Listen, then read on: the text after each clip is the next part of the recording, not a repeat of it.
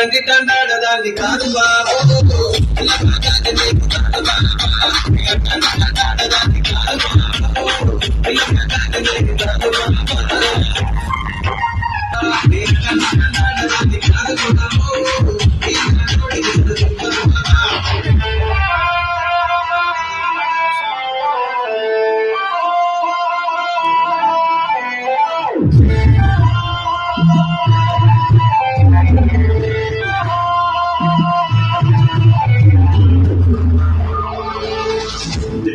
కనకుండా lottery కొట్టిన చిన్నోడా